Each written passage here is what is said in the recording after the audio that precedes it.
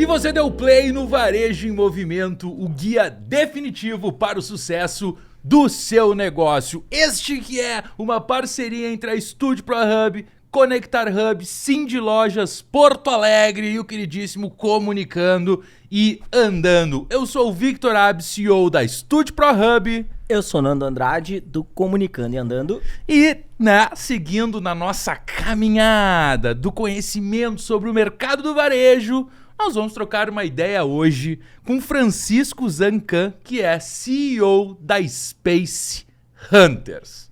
Meu caro, seja muito bem-vindo ao Varejo de Movimento. Obrigado vocês aí pelo convite e vamos ver se eu consigo agregar um pouco aí na conversa, né? Que delícia, porque agora a gente tem que fazer uma baita de uma conexão sobre Space Hunters, que fica uma coisa meio, de suspense, Space Hunters, isso vai precisar filme.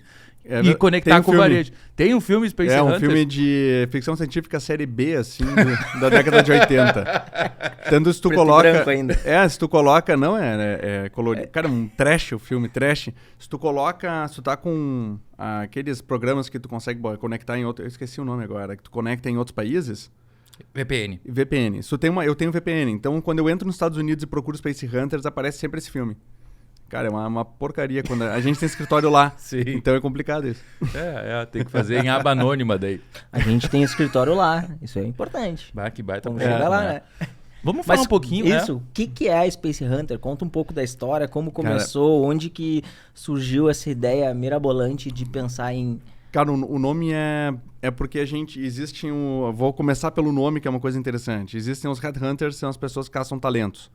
A gente, como se fosse, a gente caça espaços, a gente caça lugares na cidade, o melhor lugar dentro da cidade. O que a gente faz? A gente trabalha com urbano aplicado à inteligência de mercado. Por quê? Porque boa parte das redes de varejo, seja franquia, expansão normal e até incorporadora, a pessoa ela toma decisão com base no feeling. Eu acho que esse lugar é bom, vamos lá. Arrisca e vai. Eu gosto. Tá bonito aqui.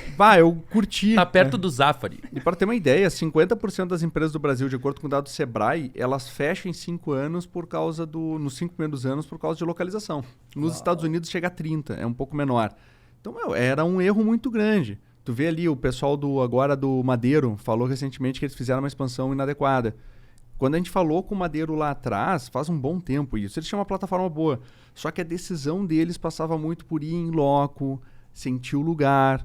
E aí eu comecei a pensar, poxa, vem cá, tem que ter um jeito melhor de fazer isso. Como é que eu posso replicar o que tu sente do lugar sem ter que ir até aquele lugar? E a gente desenvolveu uma metodologia matemática, onde eu pego dados urbanos, e aí junto com a informação de mercado que tu tem, e eu consigo ser muito mais preciso e gasto muito menos tempo. Então, por exemplo, a gente já tem trabalho em 18 países. Né? Dos 5 continentes a gente já conseguiu atuar.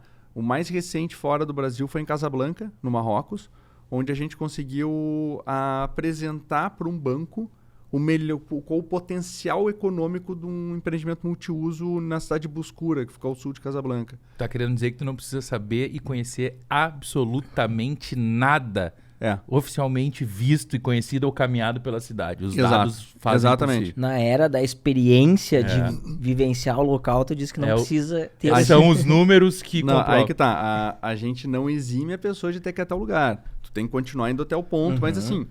Imagina, tu vai analisar 10 imóveis, tu não é de Campinas e tua rede é de Passo Fundo.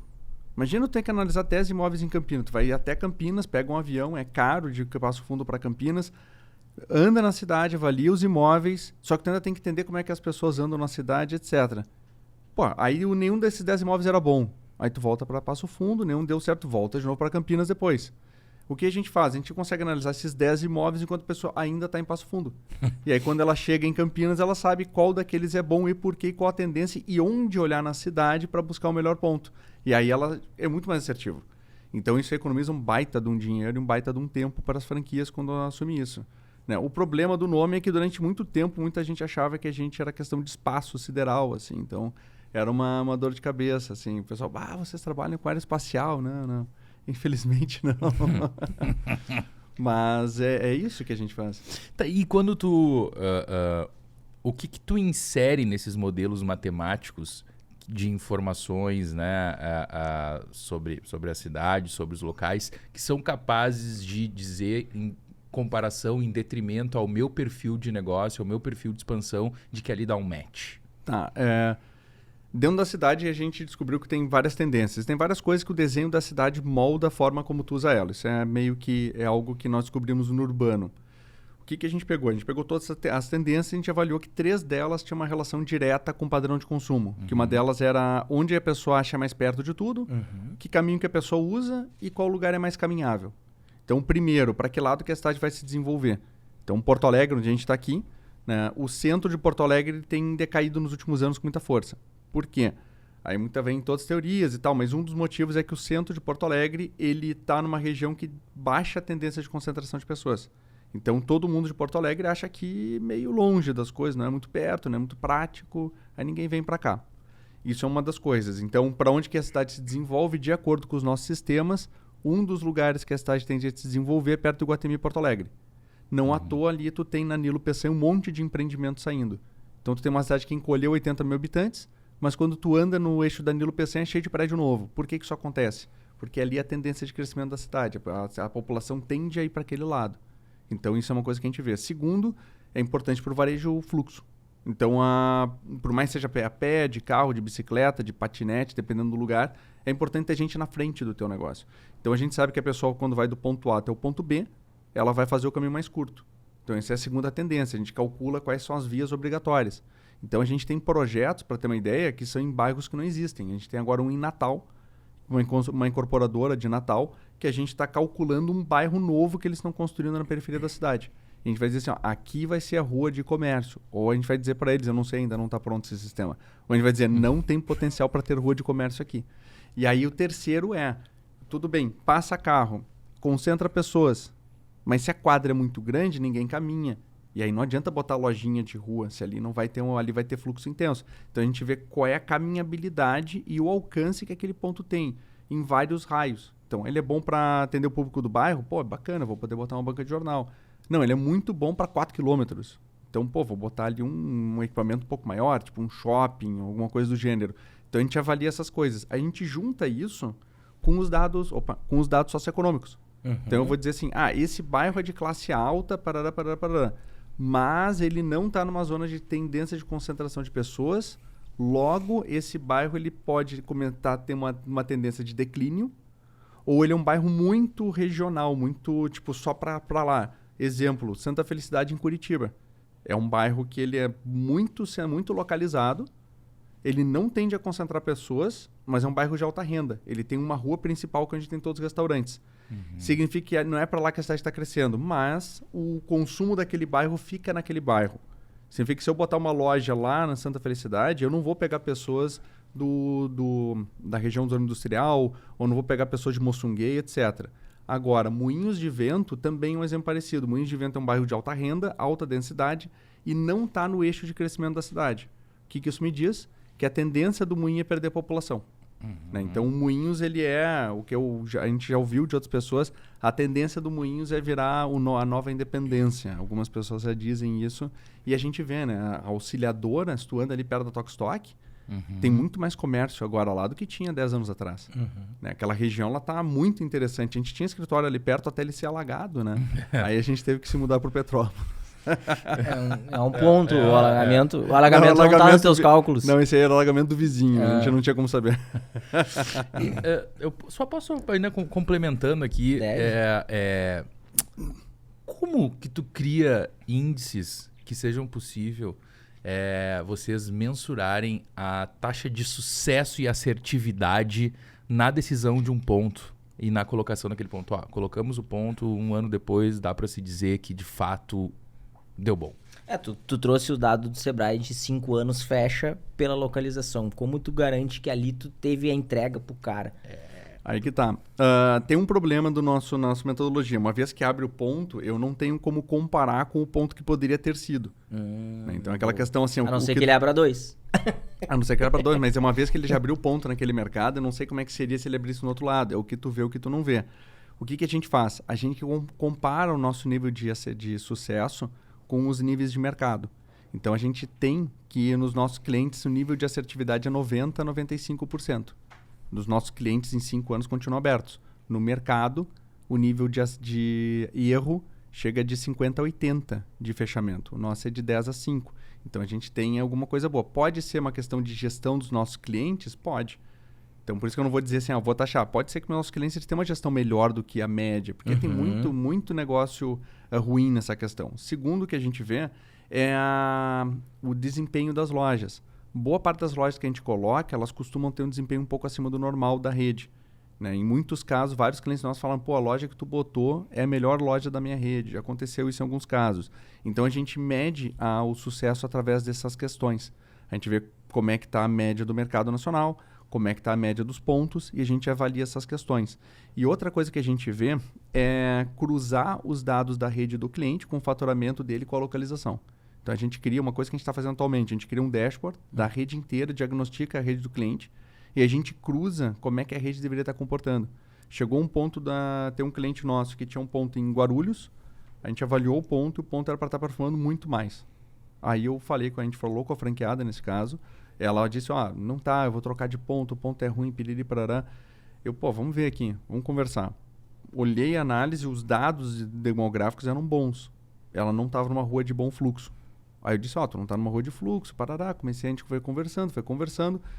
E eu perguntei para ela, vem cá, quantas campanhas tu já fez para ativação do teu bairro, do teu entorno? Ela, nenhuma. Mágica. Era uma steakhouse, assim, popular. Eu olhei para ela assim, vem cá, tu tem 3 bancos a 1 quadra de distância. Tu tem uma faculdade a 1 quadra de distância. A principal rua comercial dessa região de Guarulhos está a meia quadra de distância. Tu tem 5 bares que estão na mesma quadra. E todos eles são cheios. O teu ponto não performa, tá vazio.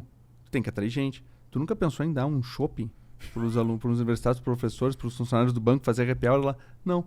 Aí eu peguei e baixei toda a lista de quinais que estava a 1 quilômetro de distância do ponto dela. Então, toma aqui, dispara para eles agora e vamos tentar. Então, o que acontece? Esse caso era um caso que ia fechar a ponto. Não era por localização, mas a cliente iria falar que era localização. E a gente conseguiu ver. Então, isso é uma das coisas que a gente faz. A gente avalia a rede do cliente e vê como é que ela está. E aí, com base nisso, a gente compara. Outra coisa que a gente faz tem sempre a questão assim, esse ponto é bom. Mas é que nem assim, quando minha mãe falava, é muito bonito. Mas comparado com o quê? Com o meu primo, tudo bem, eu era mesmo, ele era feio. Então, a gente tem que sempre comparar as coisas. Eu tenho que comparar. O teu ponto é bom, mas comparado ao quê? Bom comparado aos pontos da cidade. Então, a gente sempre tem que comparar. Então, assim, vou abrir uma nova hamburgueria em Porto Alegre. Tá cheio de hamburgueria em Porto Alegre. Se tu for botar em qualquer lugar, tu vai dar erro. Agora, eu vou abrir uma hamburgueria em Santa Rosa. Eu realmente não sei quantas hamburguerias tem em Santa Rosa, mas talvez não tenha tantas quanto Porto Alegre. Talvez o teu nível de acerto não seja tão difícil. E agora eu vou abrir uma hamburgueria onde nunca teve hamburgueria. Bom, a tua chance de acertar é muito maior. Então, isso que a gente tem que ver, isso que a gente sempre vê. Como é que tu tá frente aos concorrentes. E aí avalia. Esse ponto aqui ele é muito competitivo. Então, ele é bom. A tua chance de ter mais sucesso é maior. É isso que a gente faz. A gente sempre trabalha com questão comparativa. E trazendo para a nossa realidade, o Varejo de Movimento está inserido em Porto Alegre, dentro do Cindy Lojas Porto Alegre. Como que tu enxerga a mobilidade hoje de Porto Alegre pensando pro varejo? Tu comentou a questão de Nilo, essa movimentação. E tem algo no sentido de... Tá começando, lá é uma tendência. Mas daqui um pouco não vai ser uma tendência de eu não ir por estar tão cheio. O varejo ele tem uma vantagem. O varejo ele sempre é bom tu ficar onde tem varejo. Né? De forma cluster. Então, se eu vou comprar loja, se eu vou comprar roupa, sapato, etc., eu vou querer comprar onde tem muita loja disso, porque eu tenho mais opção. Se eu não encontro numa, encontro no lado. Então, o varejo ele precisa de muito volume de comércio. O problema de Porto Alegre é o mesmo problema de várias cidades brasileiras. Vocês podem ver que aqui, quando a gente está no centro, para quem não sabe, né? Quando tu desce aqui, tu tem muito comércio, muita gente andando e prédios altos. Né? E um não é só alto, mas é um prédio um grudadinho no outro. Quando a gente vai para Petrópolis, tu já vê que tu não tem mais isso. Tu não tem mais gente caminhando na rua, tu não tem essas coisas todas. Se tu vai para Três Figueiras, Boa Vista, zero. Vento, não tem. Esse é o problema. Esses são os bairros que o plano diretor permite que tu tenha. Então, assim, a cidade de Porto Alegre, ela é muito caminhável aonde? Bonfim, centro, um pouco Cidade Baixa, Rio Branco um pouco, Moinhos de Vento muito pouco, mas ainda é um pouco. São bairros antigos, porque eram planos diretores antigos, onde a cidade permitia construir mais densidade e maior quantidade de pessoas no mesmo lugar. O problema é que esses bairros antigos, como eu falei, eles estão numa região que tende a perder população. E ele está perdendo população. Ao passo que, atualmente, a gente teve um cliente nosso que perguntou, vem cá, qual que é a nova Padre Chagas de Porto Alegre? E eu disse, Que baita pergunta, né? Aí, Perguntou do milhão. e ele Nova York. Não, É. eu tive que chutar aqui. Pode ser. Pode ser. O problema é que ele falou a nova Padre Chagas em relação a pessoas caminhando na rua. E eu disse, não tem. E ele, como assim não tem? Eu disse, não tem. Não vai ter. E ele, mas a cidade está crescendo. Sim, está crescendo. Ela está indo para outros bairros que não vai ter esse tipo de vida. Não vai ter. Porque não tem densidade. A cidade não tem densidade nessas zonas. Pode ver. Que louco isso. Eixo Nilo, tu não tem gente andando. E tá saindo um monte de empreendimento comercial, prédios, torres, e não tem gente andando. Mas onde é que estão as pessoas? No carro, porque a cidade é pouco densa.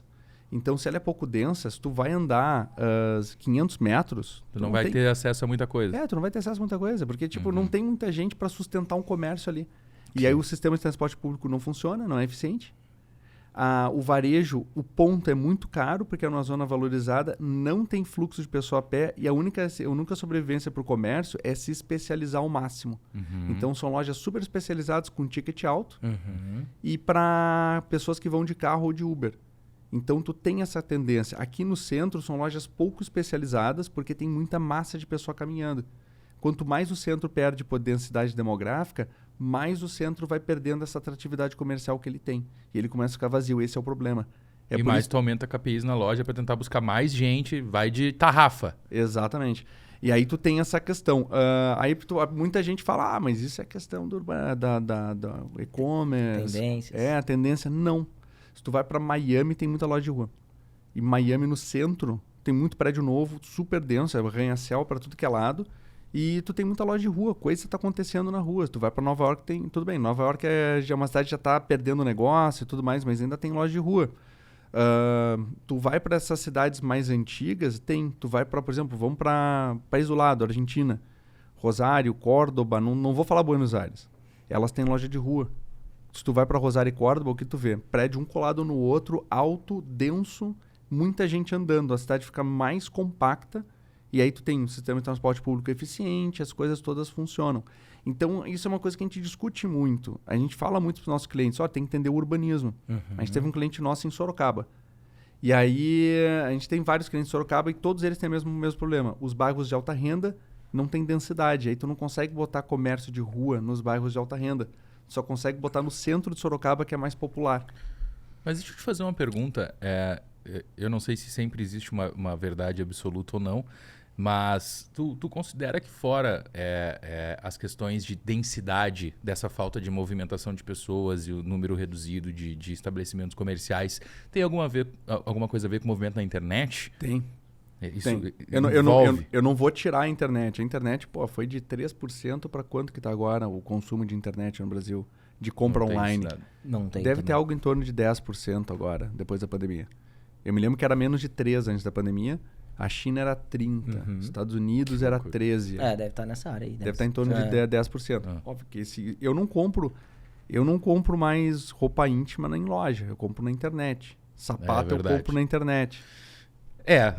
Eu erro, mas isso. É o problema de ter que devolver, entendeu? Tipo, bate aquela experiência ruim, troca por um. Mas eu vou dizer que eu não sou uma pessoa muito sociável em loja. Não gosto de vendedor atrás de mim. Nem eu. Eu também então, não. Não gosto. Eu prefiro nos Correios 2 vezes trocar o tênis do que... Posso te ajudar? Posso te ajudar. Olha esse outro tênis aqui. Não. Esse aqui eu quero só levar esse aqui. É o marrom, esse aqui mesmo que eu já vi. Olhei previamente. Exatamente. E o preço é melhor, né?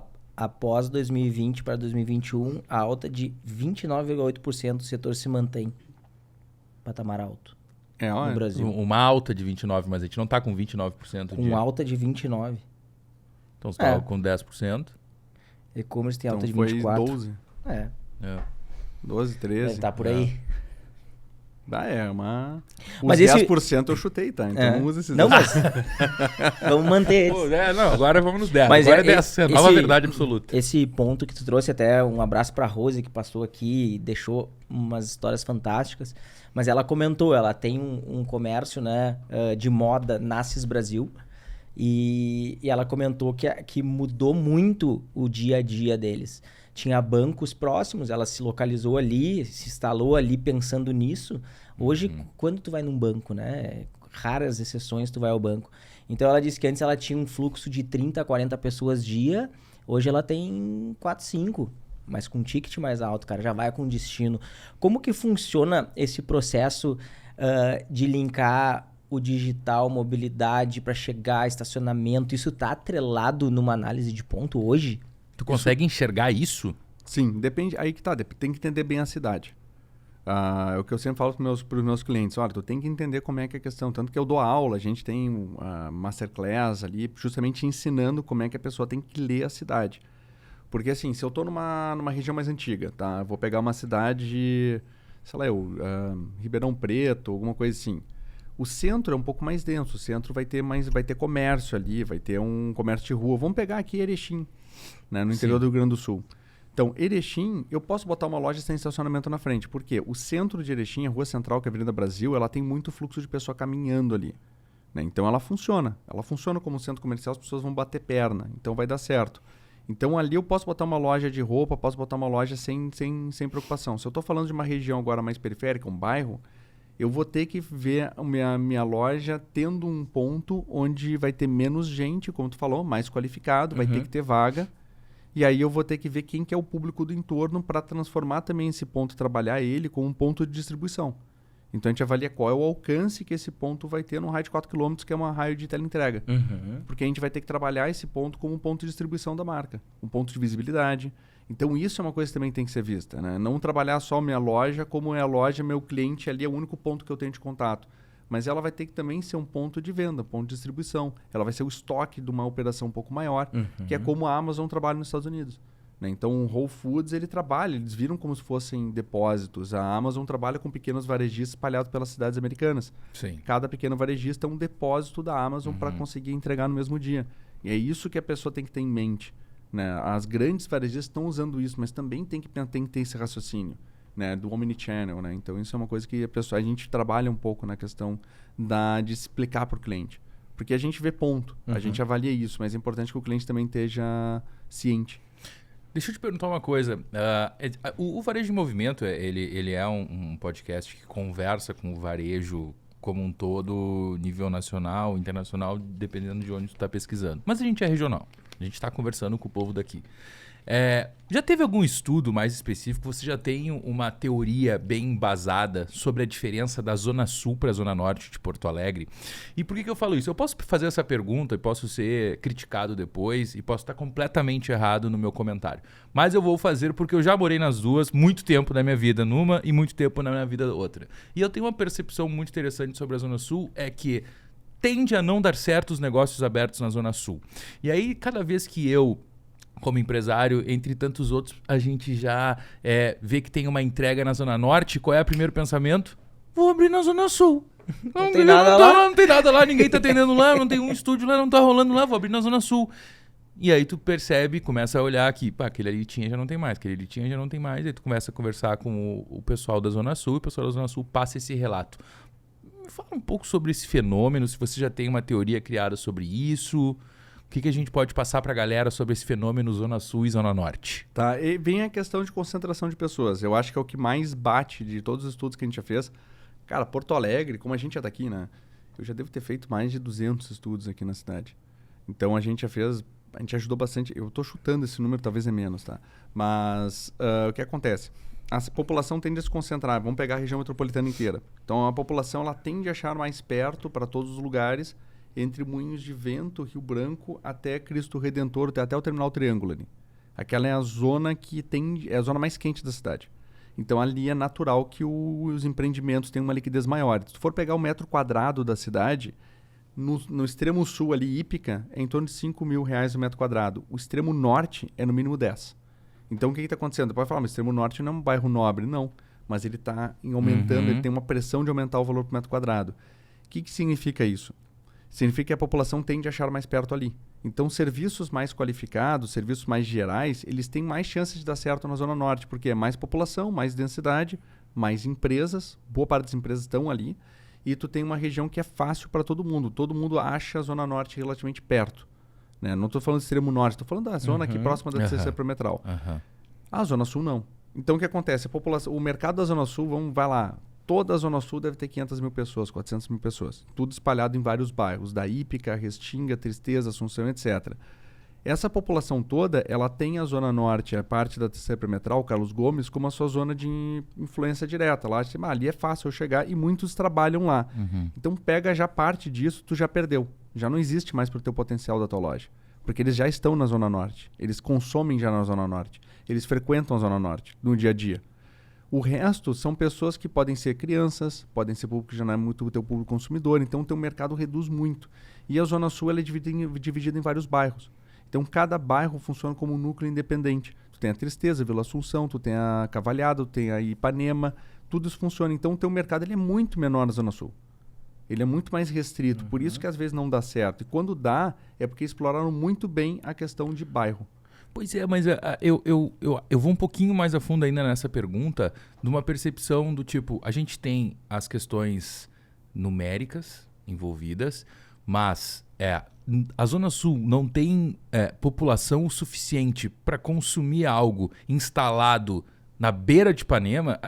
Tem possibilidades lá muito maiores do que tem aqui. Aqui tu tem que ir para dentro de um cais embarcadeiro para conseguir competir. Cara, é um oceano azul aquela região. Tá frente do Guaíba, mas é um oceano azul. Cara, tem a Assunção. Cara, e a prefeitura já liberou 1 milhão de vezes. Cara, a gente precisa trazer para essa região comércio, cara. Vai abrir bar, e não vai, entendeu? Só que tu tem uma vista bonita, tu tem um clima bacana, tu tem toda a tua vizinhança de 500 mil pessoas. Mas na Assunção é uns 30. Não, tudo bem, mas a gente tem 30 mil possíveis consumidores do teu negócio. Então, assim, esses outros fatores, eles não influenciam a beleza do lugar, o ponto que se encontra ali em questão de natureza. Influencia. Só que lembra que a tua operação ela tem que durar 7 dias por semana, não só 2. E aí quando a gente está falando da cidade inteira, para a pessoa que vai ir vamos até a Zona Sul almoçar, a pessoa só vai no sábado, domingo e olha lá, porque aí uma coisa que quase todo mundo fala tem que ir até lá. Não, Mas é um passeio, né? Mas é que tá, é um passeio. Vamos lá. Pô, se tiver jogo no Beira-Rio, já acaba no caminho. O Beira-Rio é no meio do caminho, né? E esse que é o problema, se tiver jogo no Beira-Rio. Aí tu vai demorar mais uma hora. E aí essa é a questão que vai adicionando. E tem coisa perto tem ali minha esposa tem uma amiga dela que tem a família tem um restaurante ali no Jangadeiros. Tá sempre cheio. E é na beira do Guaíba. Então tem já coisas. Dentro dos Jangadeiros, Acho que é Jangadeiros. Cara, e dá muito certo. Porque a população vai, mas aí que tá. Os empreendimentos eles têm que ser voltados pro bairro. Tem que voltar tem várias coisas de experiência legais ali na Vila Assunção, muito legais. E aí é muito voltado pro bairro. O pessoal da Zona Norte vai de vez em quando para explorar. Mas se tu vai focar na população da Zona Sul, foca numa cidade de 30 mil habitantes que o empreendimento vai dar certo. Se tu quer focar numa coisa para uma capital, geralmente isso aí não dão. Mas os caras que focam assim, não, vou fazer um barzinho pro público do bairro. Esses caras prosperam. Eles acabam dando certo. Então tem que entender a dinâmica, tem que entender a lógica do lugar. Né? Mesma coisa que, o pessoal pode falar assim, por que o centro de Cachoeirinha é melhor que o centro de Gravataí? Ele tem muito mais fluxo de pessoas ali em Gravataí do que Cachoeirinha. Desculpa, não ao contrário, em Cachoeirinha do que Gravataí. Por quê? Porque a tendência natural é das populações que estão ao largo da Dorival Luz de Oliveira se concentrem na Avenida Central de Cachoeirinha e não de Gravataí. Então, assim, existe essa tendência. Tem que entender elas para saber o que eu vou investir e como. Esse é o nosso trabalho, né, basicamente. Cara, tu comentou, né? Abre e fecha, daí não deu tão certo. Tem uns lugares que os caras insistem em botar negócio e tu já viu. Será que dá pra falar? Sair 3, 4 vezes. É um lugar, não deixa de ser um lugar, mas isso tu consegue avaliar, tipo, bom, nesse estabelecimento aqui já passou tantos CNPJs. Esse CNPJ de tal segmento, bom, vamos tentar num outro aqui. Esse aqui vai dar porque é outra tendência de mercado, enfim. A gente avaliou isso. Normalmente, quando tem esse giro muito alto, não é só localização, às vezes é questão de preço. Né? O aluguel lá em cima, o proprietário, já teve empreendimento aqui grande, famoso, então isso aqui é bom. Sempre tem uma coisa assim. Normalmente a gente recomenda a pessoa não ir. E uma parte engraçada, porque a gente abriu nos Estados Unidos escritório, quando eu estava lá falando com alguns parceiros ali, eles me falaram como é que funciona o mercado americano. E tem uma coisa que é muito diferente da gente. Eles costumam, algumas empresas, só abrem quando fechou pelo menos 2 negócios no lugar. Ué. Porque eu fiz a mesma questão, mas vem cá, eles falaram assim, não, é simples, porque quando tu lá, como é que funciona? O contrato de aluguel lá não é que nem aqui. Lá tu tem um contrato de 1 ano, tu vai pagar 1 ano. Mas eu fechei à vista? Não, tu vai pagar durante 1 ano, mas tu vai pagar esse 1 ano. Então, se tu faliu, quebrou e saiu, tu vai continuar pagando. Entendi. Então, todo investimento que o cara fez, ele deixa. Então, os caras, eles têm assim, bom, se já fechou 2 hamburguerias aqui... Tá bem equipado. Tá Exatamente. montadinho. Tá montadinho. E eles dizem que tem redes que só pegam imóveis de segunda geração. Os caras só abrem em segunda geração. Os caras ficam mirando assim, fechou a segunda hamburgueria naquele lugar, o cara vai lá e abre. E aí dá certo. Porque o cara não tem custo nenhum para abertura, já tá tudo pronto, tá chapa, exaustor, tá tudo pronto. Bem. Mas essa tua pergunta foi uma baita pergunta, porque tem um espaço perto do Parcão aqui em Porto Alegre, que não importa qual, mas que já passaram, desde que eu me conheço por gente, no mínimo uns 8 estabelecimentos. E o tempo médio, assim... E tem um lá fazendo reforma. E tá fazendo reforma. Exato, tá fazendo reforma, então tá em reforma de novo, nós vamos pro 8º ou 9º No Comendador Caminha? Não sei, não sei. É perto do Parcão.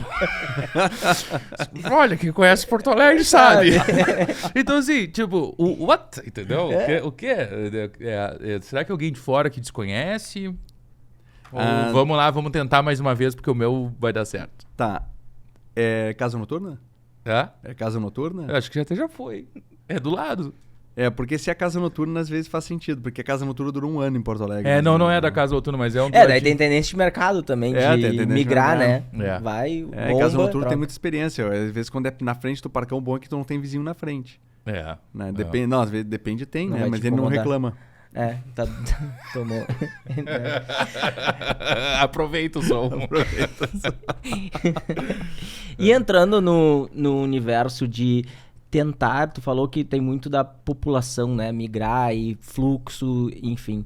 E às vezes a gente enxerga, vou trazer o governo como referência, mas prefeitura, tentando reativar um espaço que já foi referência, o centro. Vamos fazer o centro voltar a ter uma vida social diferente.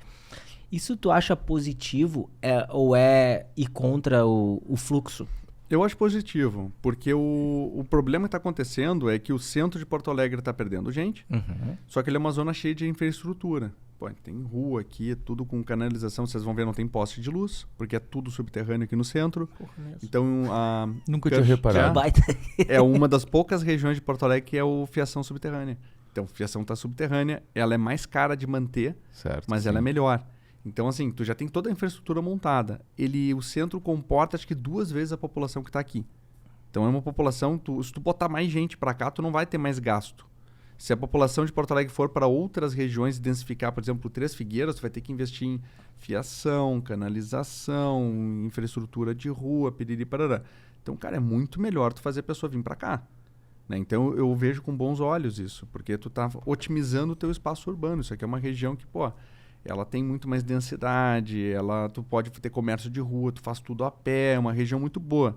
O problema é que tem que ser visto sempre o diagnóstico. Por que a pessoa não está aqui? Por que não tem gente aqui? Uma das coisas é a tendência de sair. Outra coisa, por que ninguém constrói no centro? Porque tu não pode. Tenta construir no centro. O prédio que a gente está aqui é o maior prédio de Porto Alegre. Né? Na época, hoje em dia existe uma coisa chamada índice de aproveitamento. Vocês já sabem o que é isso?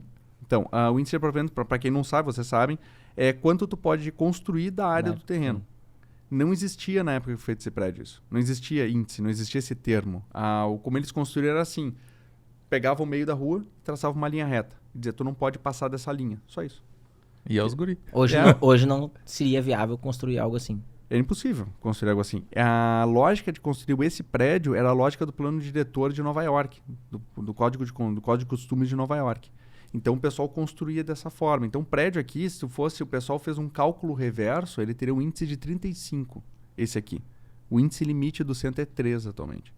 Então, economicamente é inviável tu construir aqui. Quase todos os prédios eles são muito mais antigos, eles são da época do plano Gladosh, se não me engano o nome, que era esse plano diretor. Então, assim, tu não consegue construir porque economicamente é inviável. Tu tem um monte de prédio tombado. Então, tem aquela Casa Azul na Riachuelo que tava tombando, literalmente. Então, tu tem esse problema e aí quem tem uma casa tombada tá ferrado. Desculpa lá, mas tá ferrado porque tu vai ter um custo enorme e tu tem que manter ela intacta.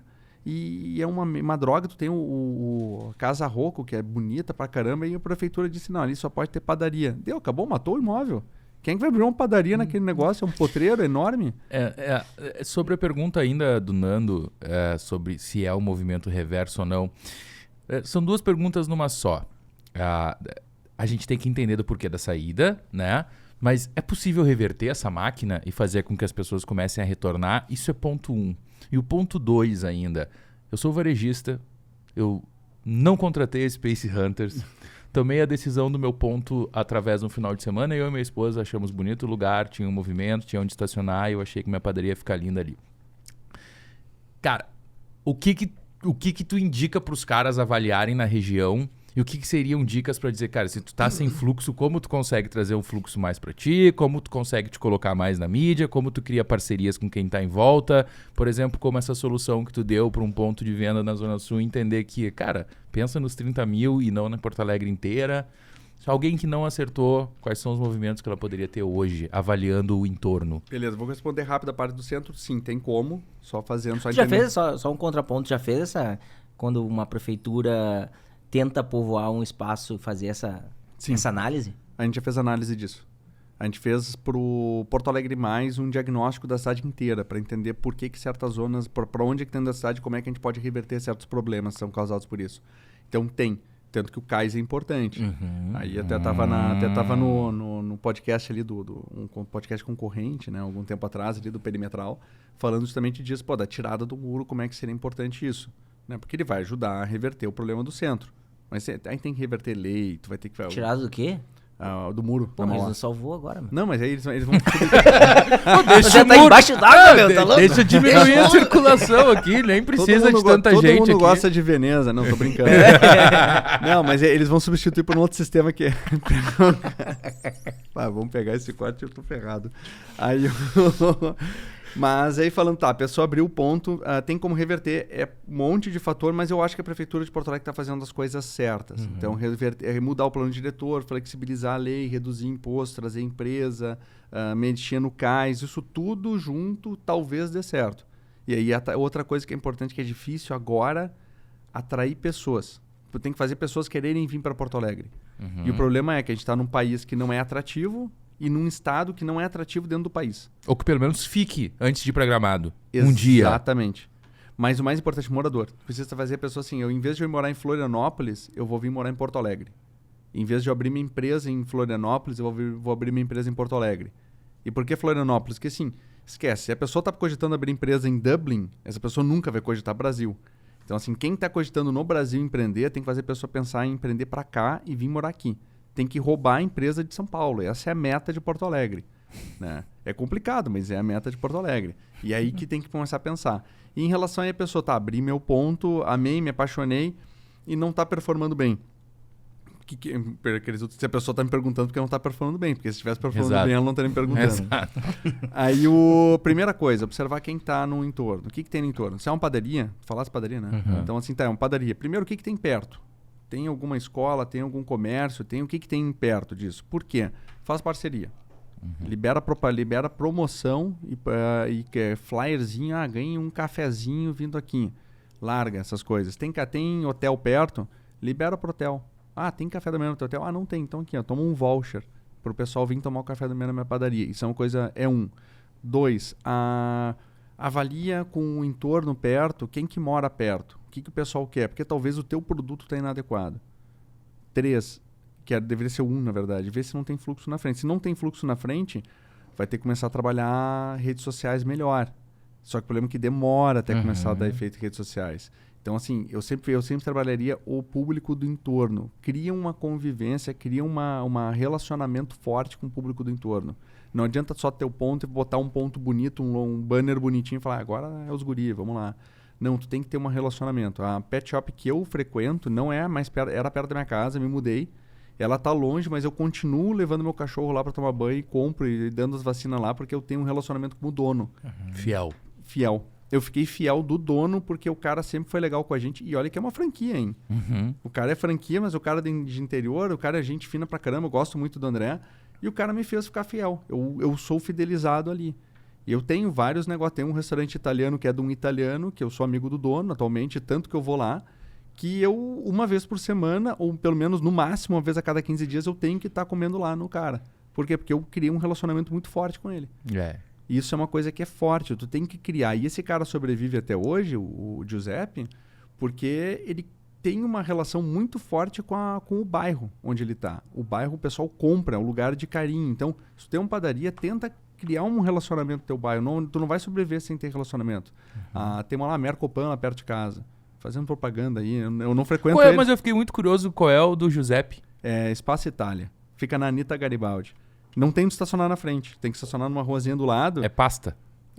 Cara, é uma osteria. Literalmente uma osteria italiana. O cara é italiano, o cara é de Morano Calabro. Legal. E aí tu tem, tipo, primo piatto e segundo piatto. Aí tu escolhe qual que tu quer, né? Que é bem comida italiana, bem legal. Vale a pena. Eu, obviamente, sou suspeito. Vou mandar o Pix pra ele. Mas tirando esses 3 pontos, tu diria, contrata especialista, vamos achar outro ponto que é mais fácil. Porque às vezes o tempo, né? É mais esse fácil. tempo pra te captar, pra te buscar, talvez às vezes vale. não sustenta. Às vezes vale. Porque assim, já... Tanto que aconteceu que lá a franqueada nos contratou para trocar de ponto em Guarulhos. Tudo bem, a gente estava contratado pela franqueadora. Mas toda a mentoria, toda a consultoria que eu dei para essa cliente era de não trocar o ponto. Porque é muito caro. Tu botou, ainda mais alimentação. Alimentação, botou cozinha, é caro. Depois a adaptação também é um problema. Então assim, pô, a pessoa sonhou com o ponto, amou ele, botou.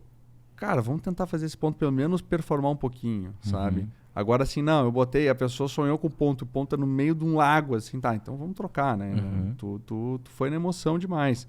Mas é o ideal sempre tentar trabalhar todas as possibilidades antes de trocar, porque muitas vezes pode ser uma questão de gestão também, né? Tem um ponto que até ouvi essa semana, a gente brincou com o muro da Mauá que nos salvou, né? Da enchente, enfim. Mas a gente escuta em Porto Alegre, pensando aqui na nossa cidade, o sentido de quarto distrito está se desenvolvendo, quarto distrito é um baita lugar para te botar um bar, porque não tem vizinhança, tanta vizinhança em volta, não vai te incomodar e tudo mais. Essa semana eu estava visitando um parceiro que tem uma hamburgueria lá e ele me comentou que durante 2 semanas, naquele caos que teve por questões de chuva, enfim, o público não era mais destino ir no quarto distrito. E ele, como negócio, evidente, tomou um preju, né? Tem alguma análise feita nesse sentido nós estamos tentando direcionar porque estão querendo fazer aquilo lá dar certo, mas ao mesmo tempo falta infraestrutura, falta que em algum momento pode prejudicar o varejista. Isso tu leva em conta? Sim. O quarto distrito não é uma região, de novo, é aquela questão de concentração, não é uma região que tem de concentrar gente. Então, mas é uma região caminhável. Então, quanto mais tiver gente ali, ele é um bairro que consegue performar bem. Então, ele funciona muito bem. Tanto que aquela zona lá, minha avó tinha varejo na Benjamin. E funcionava bem, porque tinha muita indústria mais para dentro na época que ela tinha. E a indústria ali era, pô, imagina, um galpão onde Paquetá. Então tem um galpãozinho onde tem uma cervejaria atualmente. Ali era uma siderúrgica até 2010. Bom, siderúrgica os caras tinham no mínimo 100 funcionários. Atualmente, é uma hamburgueria que tem 7, 8, 10 no máximo. Então, imagina, tu reduz muito a quantidade de pessoas que estão frequentando no bairro. E isso aí reduz muito como é que é. Então, quanto mais tu coloca morador morando no quarto distrito, que é o plano, mais ele vai sustentar o negócio. Só que agora ele é um ponto que não é um bairro central, não tem de concentrar gente. Então, se chove muito, a pessoa vai ter que ir até lá. E aí afeta. Mas o quarto distrito, ele é muito bom de experiência. Eu já mordi muito minha língua de ter falado mal do quarto distrito no passado. Atualmente, Considera promissor? Do jeito que está sendo, de novo, eu acho que as políticas estão sendo bem feitas. Eu acho que as estratégias estão sendo bem feitas. Tem empreendimentos interessantes sendo para lá. Eu acho que uma das coisas que é muito boa do quarto distrito é o Instituto Caldeira. Falando palavrão do caralho que os caras fizeram lá. Eles vão ampliar agora. Vai ter do outro lado eu não inteiro. tenho Um monte de coisa que eu não posso falar que eu vi os projetos, mas é muito legal o que vai ter. E ali, aquilo ali tem um potencial de puxar a cidade para aquele lado. E vai ser um data center também no quarto distrito. Isso também é muito bom. Então, eu vejo que a médio prazo, o quarto distrito, a cidade continuando com essas políticas, ele tende a ter um futuro promissor. Mas o data center, ele atende com soluções online para mim, né? Mas ele tem funcionários de alta capacidade. Entendi. Então, assim, vai ter 1 ou 2 data centers ali, ele traz infraestrutura e ele acaba trazendo também empresas de tecnologia para perto. Porque aí tu consegue ter uma qualidade de conexão melhor perto dele. Então, tipo, essa é a ideia, essa é a aposta. Tu trazer o data center para começar a trazer empresas de tecnologia, tu ter algo a mais. E o Estudo Caldeira é bom porque ele tem um ecossistema muito forte. São coisas que tu não tem em outra cidade. Né? São Paulo tem alguns ecossistemas muito bons, mas Florianópolis não tem um ecossistema tão forte quanto o que tu tem dentro do Caldeira. Eu não conheço o lugar. Tem um passeio Primavera lá que é espetáculo, mas não é tão grande, né? Em termos de tamanho de empresas e quantidade de coisas. E a questão de mobilidade para delivery, teleentrega, como um todo, como que se planeja? Porque daí nós estamos saindo do ponto físico e indo mais para a mobilidade como um todo. Como que tu trabalha esse processo para entregar um ponto também para alguém que quer meramente as dark kitchens da vida, assim? Aí a gente avalia o alcance. A força de alcance que aquele ponto tem de 2 a 4 quilômetros, né, que é o raio ideal para a questão de teleentrega. Por mais que tem cliente que trabalha com 8 quilômetros de raio, mas é demais. Só 4? Porque a gente pega porque acima de 4 não muda muito no sistema. E o ideal é pegar o maior alcance possível numa distância relativamente curta. 4 km é uma distância relativamente curta, tu consegue fazer muita entrega com produto com alta qualidade ainda. Então a gente vê assim, o melhor lugar para alcance dentro daquele raio e avalia a demografia que tem naquela zona. Então a gente já fez zoneamento para pizzaria usando essa metodologia. Né? Então separa São Paulo em 20 zonas de teleentrega. E essas 20 zonas de teleentrega, elas têm uma zona prioritária no meio ali que tem que ter o ponto para distribuir. Né? Mas é mais ou menos pelo raio de abrangência mesmo. E a questão de mobilidade de público, né? Ônibus, locomoção pública, isso está dentro do teu processo ou tu vai em cima da mobilidade individual, carro? A gente vai em cima da tendência de mobilidade. Normalmente a mobilidade de transporte público, ele segue a tendência. Né? Então ele acaba seguindo sempre as vias prioritárias, ele acaba seguindo esses caminhos. Né? O problema do transporte público é que ele está em crise no Brasil inteiro. Né? Todas as capitais estão com problema com mobilidade, porque são modelos ultrapassados, ao meu ver. Né? Tu faz uma licitação, o pessoal ganha a licitação e fica ali. Pode ver, São Paulo agora liberaram um transporte gratuito nos domingos. Né? Por quê? Porque o pessoal fez pressão, os usuários não, porque as empresas fizeram pressão, porque domingo ninguém mais usava. Então elas garantem receita fixa. Então se passa um sistema de transporte gratuito, e provavelmente vai passar provavelmente São Paulo no futuro, o que eu estou vendo, é porque as empresas estavam quase quebrando e aí elas garantem um faturamento fixo. Né? Macaé fez isso e deu errado também, mas as empresas garantem o fixo delas. Por quê? Porque elas estão em crise. O sistema de transporte com Uber, com sistemas descentralizados, não se sustenta. A pessoa prefere pagar um Uber que é bem mais caro que o ônibus, só que chega na porta dela, pega ar-condicionado de vez em quando, né? A pessoa chega direto no destino. Então, assim, o sistema de transporte tem que ser repensado. Perfeito. E Porto Alegre é o lugar para abrir um negócio? Cara, eu acho que sim. Eu abri o meu, né? Tu já falou vários países que estão inseridos e tal. A gente tem história aqui em São Paulo. Pensando no varejo, o cara que vai abrir, aqui é o lugar certo, tu identifica uma cidade viável para isso. E se tu fosse... Isso, eu ia entrar nesse ponto. Pegando aí 3 segmentos que tu tem bastante atuação, dá 3 lugares para esses segmentos, assim, tipo alimentação, moda, que tem bastante saúde? Pode ser. Previsões para 2024. Eu sei que onde não é do tarô ali, mas é previsão de 2024. Quero abrir um negócio. Cara, Porto Alegre. Porto Alegre não é... Dentre as capitais não é a melhor capital. Assim, Curitiba eu acho mais interessante, mas é um público... Por exemplo, um gaúcho abrir lá é muito difícil. É um público muito bairrista. Mas é uma boa cidade. 1.300.000 habitantes, uma região metropolitana de 3,5 milhões, 3,8 milhões, que é a área de influência direta de Porto Alegre. É uma cidade que tem renda alta, né? E se a pessoa é de Porto Alegre ou é da região próxima, Porto Alegre tem um mercado bom. Tá? Então, assim, é uma cidade interessante. Apesar de ser um pouco idosa, é uma cidade boa para isso. E a questão, assim, onde que eu abriria? Alimentar, assim, tem algumas redes que a gente tem muito forte, né? E o crescimento foi muito grande. Por exemplo, a alimentação sempre tem, sempre cresce, sempre tem gente. Tanto que a rede que mais abriu é a Milk Moo, né, no Brasil. Se eu não me engano, uma das expansões mais fortes do Brasil, a Milk Moo é a nossa cliente, então o pessoal é muito legal. E o produto, não querendo fazer jabá, mas é um produto diferenciado, é bom, né, o produto deles. Onde é que eu abriria alimentação? Tá? Depende do teu público-alvo. Se for um público mais popular, talvez seja interessante pegar o eixo norte da cidade, que é densidades mais interessantes, e tu consegue pegar um público C ali, que pega CD, que é interessante, uma classe média, média baixa. Se tu tá querendo pegar um público mais qualificado, eu observaria 2 bairros em Porto Alegre. Não porque eu moro, mas Petrópolis é um deles. Tem se desenvolvido bastante coisa no Petrópolis e espantosamente tem dado muito certo. Né? Tem um cliente meu que abriu na Nilópolis ali um barzinho e a gente perguntou para ele essa semana, e aí, como é que tá? Ele, cara, o movimento tá muito bom. Tá muito bom. Até saiu uma matéria na Zero Hora. Deve ser bom isso, né? Deve dar uma paz pra ti, né? Não, deu até porque a maior paz deu quando eu perguntei por um outro cliente, já tinha um ponto antes de nos contratar, como é que era aquele ponto, eu vi, o faturamento era muito bom, que ficava no Petrópolis, perto desse, porque eu tinha falado numa reportagem que a região da Pasta Pátria ia ser uma região boêmia. E aí um monte de bar começou a abrir. E deu certo os bares. Pensei, ufa, graças a Deus eu não falei besteira. Ali é interessante. Auxiliadora também é um bairro bom. Eu acho até mais interessante, mais promissor do que Moinhos. Porque o Moinhos ele saiu da Padre Chagas e foi na Dinarte. E a Auxiliadora tem parecido vários empreendimentos ali, me parece mais sustentável. Ele está se desenvolvendo mais.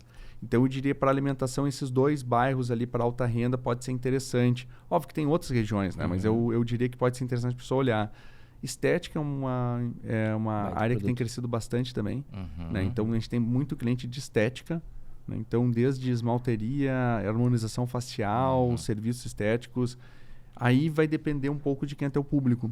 De novo, assim, eixo norte pode ser interessante. Eu pegaria ali eixo Danilo Peçanha, pode ser bacana para esse público, porque tu pega muito o fluxo que vai para o Iguatemi. É conveniência interessante. A área ainda próxima ali do Moinhos, ali Rio Branco, pode ser bacana, né?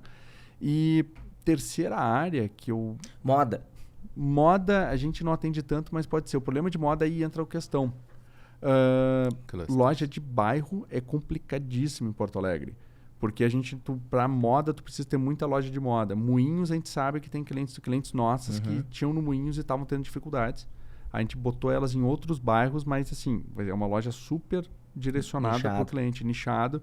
Tem um cliente tem uma loja, não é cliente meu, tem uma loja na Palmeira, no meio do Petrópolis, que vende Zapa e vende uma outra lá, umas marcas boas, mas é super direcionado. Estaciona o carro ali, vai. Então, se eles tiverem 2, 3 clientes por dia, ajuda a pagar o aluguel, porque o aluguel é mais baixo. Moda, infelizmente, fica refém de shopping para uma cidade como Porto Alegre. Ou o centro de Porto Alegre é bem complicado de trabalhar, porque os aluguéis são altos, o público só perde a cada ano. Eu diria moda tomar bastante cuidado, né? Onde tu vai colocar. Por incrível que pareça, no Petrópolis tem dado certo algumas operações de moda ali no eixo Danilo, Nilópolis, porque tu tem fluxo de pessoas, o aluguel é bem mais barato que no shopping, tu tem concentração de público do bairro. Né? E aí, pensando em outra coisa, e farmácia em qualquer lugar, né? Pô, farmácia os caras botam 4 na mesma esquina, né, meu? Farmácia, impressionante isso. Eu não sei como é que pode. Não tem. Mas acho que antes da gente ir para os finalmente, fala um pouco de shopping, do fluxo de shopping. Tem crescido, a entrega, fecha a conta pro varejista colocar dentro de um shopping Depende, a gente tem muito cliente que já passaram pela gente com problema com shopping. Então, assim, tem um shopping de Porto Alegre que ele é famoso por lojas não darem certo nele. Ele é a Teflon, assim, de negócios. Vocês devem saber qual que é. Não vou falar aqui. Mas ele é um shopping que é problema de... O projeto dele não é tão amigável para a caminhabilidade interna e é latente. Quanto mais tu sobe nele, menos tem loja. E é uma questão de tendência matemática. O que a gente faz para a cidade, a gente faz para dentro de shopping também. Então, assim, shopping ele tem que ser um shopping bem projetado. Se ele não é bem projetado, não adianta ele estar bem localizado. O problema de shopping também é os custos muito elevados. Então, assim, com competitividade alta que está tendo com e-commerce e tudo mais, o shopping está tendo uma competição fora dele muito intensa. Então, muitas vezes o cliente já chega sabendo o preço que aquela rede tem na internet, chega na loja física e tá mais caro. Aí tu perde venda. Isso acontece, ó, muito comum. Então é importante a loja de shopping tu saber se a distribuição é bem feita e tudo mais, onde é que o shopping está localizado, onde é que está dentro do shopping e negociação. Né? Então, assim, shopping, eu acho que quem vai investir em loja de shopping tem que estar bem capitalizado. Porque talvez no início é bronca e nunca pegar shopping iniciante. Shopping iniciante, quer dizer, shopping recém-inaugurou. Cara, normalmente tem uma chance alta de dar problema. E mesmo nesse shopping que eu falei que é problemático, eu sei de clientes meus que estão lá e faturam muito bem, porque estão num ponto muito bom dentro do shopping. Sim. Mas shopping é complicado, cara. Não me Tu parece... faz essa análise do público interno dentro do shopping também? A gente faz análise... Mapa de calor, assim? A gente faz análise de onde é que tende a concentrar pessoas no shopping. E aí a gente dá o nosso parecer pra pessoa. Eu lembro, acho que a primeira vez que a gente se conheceu, há anos atrás, tu comentou sobre um shopping que não ia dar certo e vira e mexe e fecha a loja lá nesse ponto, né? Seria o mesmo que a gente estava falando agora? Não, acho que não. Mas enfim, é por isso, né? É onde se concentra, não adianta tu querer... E às vezes o shopping tenta, né? Bota uma âncora, puxa alguma coisa, mas não é capaz de povoar, vira destino. Vai lá, compra na loja âncora e tu acaba deixando aquele espaço ainda... Exato. Cara, de novo, assim, muita empreendedora acha que é só abrir a loja no shopping e deu. E a gente tem uma rede de clientes nossa, rede de franquia, que tem uma loja dela que vende bem pra caramba em shopping. Por quê? Porque a franqueada, ela vai em cima. Os shoppings, eles têm aplicativos. Nos aplicativos, eles fazem push-pull de promoções. Ela vai atrás, os caras dão de graça. Então, muitas vezes, tu tem que ser um pouco instigante. Tu tem que ficar em cima do teu negócio, né? O olho do dono engorda o boi, né? Então, tu tem que fazer isso. Acho que isso é importante. Então, assim, botou no shopping. O shopping não consegue olhar para as 500 lojas com o mesmo carinho. É muita gente para eles olharem. Né? E eles cobram um valor alto porque eles dão coisas em retorno, só que tu tem que ir em cima. Então, shopping, eu diria assim, tem que tomar um pouco de cuidado. Eu acho que o movimento internacional que está se vendo é de abandonar shopping. Tanto nos Estados Unidos, muito shopping está fechando nos Estados Unidos também, que é a terra dos shoppings, porque está indo atrás de um sistema de cidade mais humana. As pessoas já estão começando a falar de cidade mais humana, ponto na rua, vivência. Então, aqui no Brasil só não é tão forte porque as nossas cidades são um pouco perigosas, né, para não ser falar bastante, algumas, mas tem problema de segurança, clima, né, também é uma coisa que afeta, querendo ou não, bater perna no verão, como a gente está aqui, 35, 41 graus, não é tão agradável assim, né, e obviamente bater perna na Europa é mais fácil, porque lá é um pouco mais tranquilo, né, se bem que os verões lá também estão intensos, mas eu acho que tem isso, assim, shopping não me parece estar abrindo mais tanto, eu acho que os que estão investindo, eles estão investindo com muita parcimônia, eles estão investindo mais estruturados, né, por causa disso. Entendi. E a Space Hunters é para todo mundo? Cara, a gente, obviamente, vou falar que mas eu acho que o nosso maior cliente é aquela pessoa que ela entende que a localização é importante para o negócio dela e, principalmente, localização afeta o desempenho. O que eu quero dizer com isso? Um escritório de advocacia. Cara, a gente já fez... Mas, honestamente, não tem muito que a gente possa ajudar. Eu já neguei cliente por causa disso. Né? Tem que ser assim, um negócio onde a localização do teu ponto vai afetar o teu faturamento. Se isso é real, tu é B2C, às vezes até B2B, e tu precisa estar num ponto para agremiar pessoas, tu vai receber cliente, e o teu cliente depende do lugar onde está, a Space Hunters é uma solução interessante. Né? Talvez a gente consiga te ajudar a performar melhor e entender o mercado onde está situado. Porque é uma coisa que eu sempre falo, não é que a gente não é corretor, a gente não vai encontrar o ponto. A gente vai analisar a cidade e entender como é que ela funciona. E aí, com base nisso, com os pontos que tu está avaliando, eu vou poder dizer, esse ponto é o melhor que tu tem em relação com os benefícios. Esses são os problemas dele. Sabendo os problemas, tu sabe trabalhar como contornar eles. A pior coisa é tu abrir um ponto, como o caso da padaria que tu falou, a pessoa abriu o ponto, não sabia os pontos fortes e fracos. Então, como é que tu vai atuar? Né? Eu estou vendo agora de novo com minha esposa aquele Band of Brothers, né? Então é cenário de guerra. Mas é importante ali tu ver que os caras são os melhores oficiais, eles sabem o terreno onde eles estão lutando.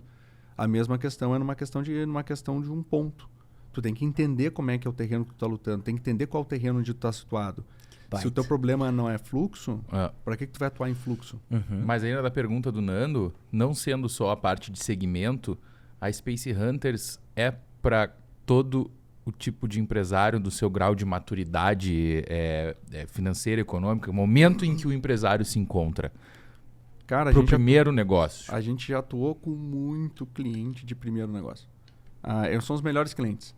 Porque muitas vezes quando o cliente já é uma rede muito grande, ele já tem um racional enorme. A gente já fez trabalho para Burger King, né? Mas Burger King eles têm tanto racional dentro da rede deles que não adianta eles contratarem alguém de fora. Os caras já têm 15 plataformas, não 15, eles têm 5 plataformas e eles têm uma equipe muito grande. Para eles não é problema gasto. E tudo que eles geram com isso aqui é equivalente ao que a gente gera com o nosso sistema.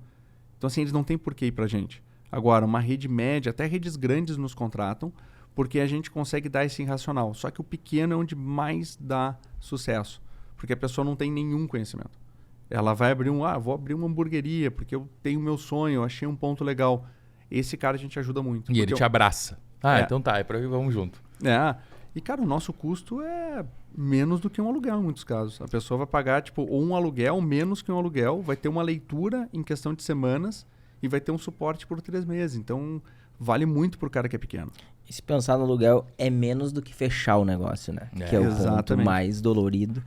Cara, e quais são os próximos passos, assim, da Space Hunters, os destinos, enfim? A gente tá agora... A gente tá focando muito em comunicação. A gente criou um canal do YouTube para fazer vídeos, fazer material. Um deles bombou, assim, do nada, que era sobre Gramado. Foi divertido. Temos escritório nos Estados Unidos, porque um dos planos da empresa é abrir presença lá oficial. Né? Até pude participar esse ano num congresso em Washington sobre startups, tudo mais, que era Select USA, que não é sobre startups, é sobre investimento nos Estados Unidos. Legal. A gente foi convidado pelo consulado americano. Então, a nossa ideia é ter uma presença no mercado americano para dali pegar o resto do mundo. A gente tem parceria, estamos fechando parceria com a Associação Portuguesa de Franchise, a gente está fechando parceria com várias empresas no sul da Flórida, centro da Flórida também. Acredito que ano que vem a gente está indo de novo para os Estados Unidos para fazer mais conexões lá. A gente tem parceiro na Georgia, então as coisas a gente está indo lá. Mas por enquanto nossa estratégia é fidelizar e fixar bem no mercado brasileiro de franquias e principalmente primeiros empreendedores. Legal. E depois fixar no mercado, pelo menos do sul dos Estados Unidos, em termos de franquia e de real estate, né? Que a gente trabalha bem forte no mercado imobiliário lá. Show de bola. Cara, obrigado pela participação. Acho que o teu trabalho é fundamental para o varejo, para uma cidade ou para o empreendedorismo como um todo. Acho que destruir o sonho, às vezes, por uma localização é ruim demais, né? Deve ser triste, né? O cara faz um excelente trabalho, o negócio do tem cara um produto é animal, bom, mas... produto bom, mas errou no lugar. Então, isso é direto, cara. Esses pontos que tu mencionou de cuidado, acho que casa muito com a nossa audiência, de pensar em volta, ver aonde tu tá se inserindo, não só na fachada ser bonita. Acho que esse é um ponto fundamental. E estamos conectados aí para seguir ajudando o varejo, né? E levando o movimento para o sucesso. Acho que esse é o nosso caminho, o nosso desejo. Obrigado aí pela participação e as portas estão abertas. Quando tiver novidade, vem contar aí pro nosso público. Não, perfeito. E muito obrigado também por me ouvir. Assim, eu gosto de falar, né, cara? Mas às vezes é bom é bom ter um lugar aí que a gente possa compartilhar um pouco do conhecimento que a gente tem aqui dentro da empresa. Legal. Coisa boa. A gente ficou meio sem tempo de perguntar aqui. A gente iniciou o programa perguntando, falando sobre o movimento, né, da Padre Chagas um pouco para Nova York e tal. E agora nos off aqui vou perguntar o que aconteceu com a Padre Chagas, tá ligado? De fato, porque isso o que aconteceu com a Padre Chagas toda poderosa? Essa resposta vai estar nos nossos stories do Cindy Lojas, do Instagram do Cindy Lojas, ele vai deixar a gente vai responder isso lá. Então, assim, curte, comenta, compartilha esse conteúdo com teus amigos, teus parceiros, teus colegas de trabalho.